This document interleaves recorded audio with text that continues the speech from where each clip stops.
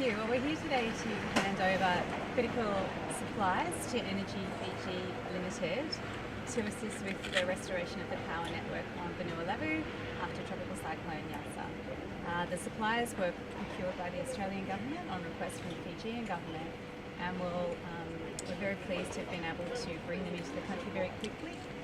Because of COVID-19, there have been a lot of global supply chain issues, so we were able to bring them in on our humanitarian response flight run by our Australian Defence Force and on HMAS Adelaide, which is currently anchored in Fijian waters.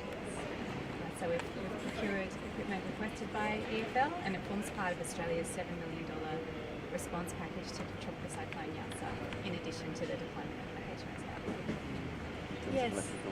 Yes, we will. We weren't able to procure every item requested by EFL so quickly, so we are now currently sourcing those and we'll hope to bring them in shortly.